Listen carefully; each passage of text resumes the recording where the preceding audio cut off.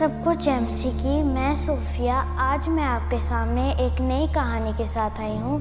ये कहानी परमेश्वर के दास अय्यूब की है जो ऊज देश में रहता था। उसके 7 बेटे और 3 बेटियाँ थीं और वह ऊज देश में बहुत अमीर इंसान था।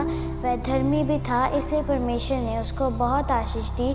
फिर एक दिन शैतान ने परमेश्वर से कहा, तेरा दास अय्यूब इसलिए तेरा भय मानता है क्योंकि तूने उसको बहुत कुछ दिया है। क्या तेरा दास अय्यूब बिना किसी लाभ के तेरा भय मान सकता है? फिर परमेश्वर ने शैतान से कहा कि जो कुछ उसका है वह सब तेरे हाथ में है, बस उसके शरीर को हाथ लगाए बिना उसके साथ जो चाहे वो कर सकता है। फिर शैतान ने अय्यूब की परीक्षा की और उसकी सारी संपत्ति को नष्ट कर दिया। लेकिन परमेश्वर जानता था कि शैतान कुछ भी करे पर अय्यूब का जीवन मेरे प्रति विश्वास योग्य रहेगा। फिर शैतान ने अय्यूब की परीक्षा की और उसकी सारी संपत्ति को नष्ट कर दिया। फिर भी अय्यूब का परमेश्वर के साथ रिश्ता उन सब संपत्ति से भी बढ़कर था, क्योंकि अय्यूब जानता था कि जो कुछ उसके पास है वह सब परमेश्वर का ही है। फिर एक दिन और शैतान ने अय्यूब की परीक्षा की और उसके सारे शरीर को फोड़ों से पीड़ित कर दिया। फिर अय्यूब की पत्नी ने अय्यूब से कहा कि क्या आप अपनी बीमारी में भी परमेश्वर का भय मानते रहोगे? फिर अय्यूब ने अपनी पत्नी से कहा, इसका मतलब ये नहीं कि परमेश्वर के साथ चलने वाले लोग दुख में नहीं होते, दुख में तो होते हैं लेकिन परमेश्वर उनके साथ होते हैं। अय्यूब की पत्नी चाहती तो थी कि अय्यूब परमेश्वर का अपमान करे और उस पर दोष लगाए, लेकिन अय्यूब ने अपने परमेश्वर का अपमान नहीं किया, ना उस पर दोष लगाया, बल्कि उसके साथ साथ चलता रहा।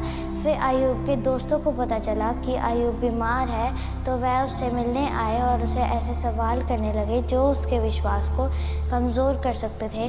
फिर वह उसकी बीमारी को देखकर उदास हुए और उसे कहने लगे, एक धर्मी व्यक्ति इस तरह की बीमारी में नहीं होते, ज़रूर तूने कोई पाप किया है, इसलिए तू अपने पापों का पछतावा कर, फिर परमेश्वर तुझे चंगाई देगा। लेकिन अय्यूब अपने आप में जानता था कि ये बात तो नहीं हो सकती, क्योंकि मैं तो धर्मी मनुष्य हूँ और परमेश्वर का भय मानता हूँ।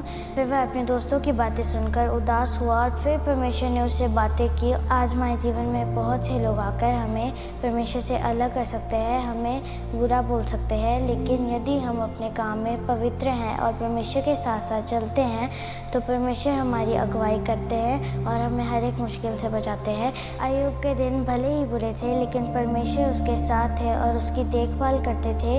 अय्यूब का सब कुछ खोने के बाद भी उसने परमेश्वर को नहीं छोड़ा, बल्कि उसके साथ साथ चलता रहा और उसकी प्रेजेंस का आनंद लिया और अपने दोस्तों के लिए भी प्रार्थना करता रहा। इसलिए परमेश्वर ने उसको बहुत आशीष दी और उसका सब कुछ खोया हुआ वापस कर दिया।